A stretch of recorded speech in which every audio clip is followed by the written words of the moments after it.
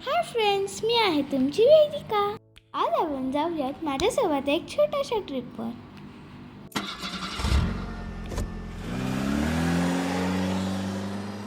ते ठिकाण आहे खेड आणि आंबेगाव तालुक्याच्या बावड्यावर. ते आहे सुवर्णगड म्हणजेच चौरंगा डोंगरावर. ते जाण्यासाठी 2 रोड आहेत. एक आहे खेडवरून, तो पुढे गेल्यावर खराब लागतो. याच डोंगराच्या पायथ्याला आहे नवनाथांपैकी एक श्री गहिनीनाथांचे मंदिर. त्याच मंदिराच्या समोरून वर जाण्यासाठी एक पाऊल वाट आहे. पुढे आम्ही गाडीत बसून निघालो चौरंगा डोंगराकडे. समोर आहे तो चौरंगा डोंगर. वरती जाण्यासाठी पूर्ण रोड हा कॉन्क्रीटचा केलेला आहे. रोड हा छोटा आणि खूप वळणावळणाचा आहे, त्यामुळे गाड्या थोडा स्लो चालवा. राजगुरुनगरवरून इथे येण्यासाठी साधारण 30 ते 35 मिनिटं लागतात.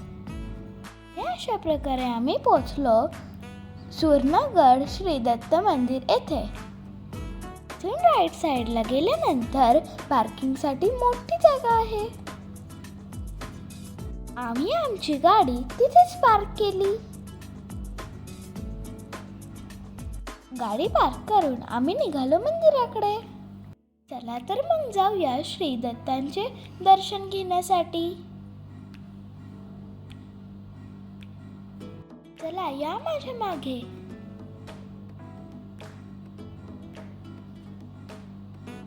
ही आहे सुवर्णगडावरील श्री दत्तांची एकमुखी मूर्ती. ही मूर्ती खूप छान आणि प्रसन्न आहे. या मंदिराच्या आत बसण्यासाठी खूप मोठी जागा आहे.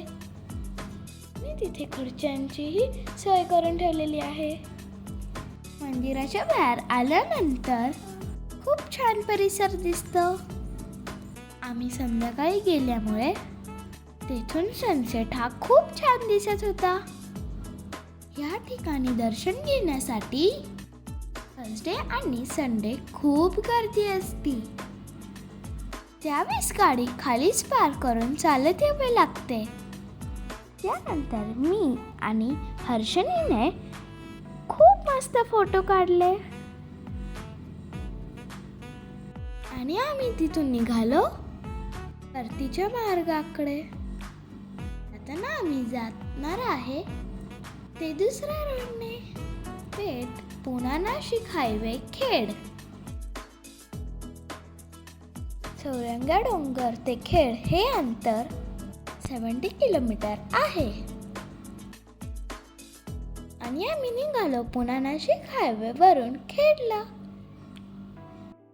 या हायवे वरून जात असताना खेड घाटामध्ये माझा एक फेवरेट पॉइंट आहे. तो फेवरेट पॉइंट आहे हा. या ठिकाणावरून येणाऱ्या जाणाऱ्या गाड्यांचा खूप छान व्ह्यू दिसतो.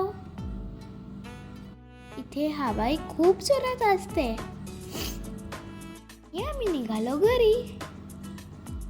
मग कसं काय, आवडला ना आजचा व्हिडिओ? मग विसरलात की काय? तेच लाईक करा, शेअर करा आणि सबस्क्राईब करा.